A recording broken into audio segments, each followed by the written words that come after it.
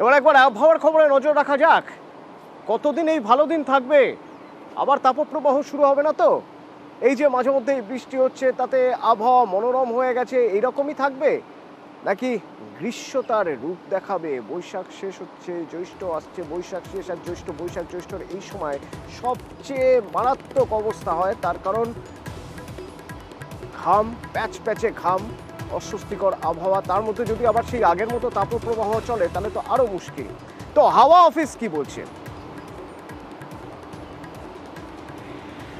হাওয়া অফিস বলছে আগামী 7 দিন অন্তত তাপপ্রবাহের কোনো চান্স নেই। বিশ্বজিৎ সহকর্মী আমার সঙ্গে রয়েছেন। বিশ্বজিৎ, সেক্টর 5-এ অস্বস্তি সূচক আবহাওয়া, কারণ ঘাম হচ্ছে, এ বিষয়ে কোনো সন্দেহ নেই। উত্তর 24 পরগনা, দক্ষিণ 24 পরগনাতেও একই পরিস্থিতি, অর্থাৎ গাঙ্গে ও পশ্চিমবঙ্গে গরমকাল বলতে আমরা যেরকম বুঝি সেরকমই। এইরকম আবহাওয়াই চলবে নাকি আবার নতুন করে তাপপ্রবাহ হতে পারে?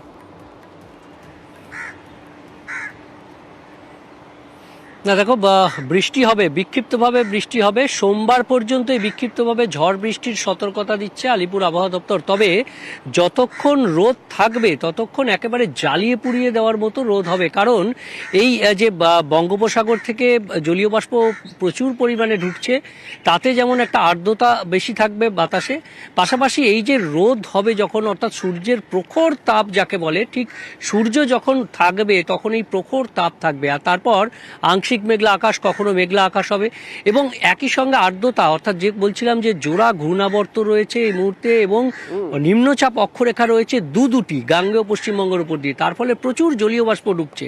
আর এর ফলে যে আর্দ্রতাজনিত অস্বস্তি, অর্থাৎ যে কথা বলছিলে তুমি, ঘাম প্যাচপেচে একটা বিরক্তিকর আবহাওয়া, সেটা যেমন হবে, তেমনি যখন সূর্য থাকবে তখন প্রখর তাপ দেবে। আর তার ফলে এনার্জি সঞ্চয় করে এই জলীয় বাষ্প বজ্রগর্ভ মেঘে পরিণত হবে, এবং তারপর সেখানেই স্থানীয়ভাবে বজ্রবিদ্যুৎ সহ বৃষ্টি, কখনো ঝড় বৃষ্টি।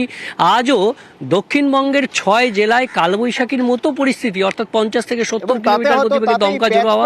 ঘাম বা প্যাচপ্যাচে গরমের থেকে সাময়িক হলেও স্বস্তি মিলবে। ধন্যবাদ বিশ্বজিৎ।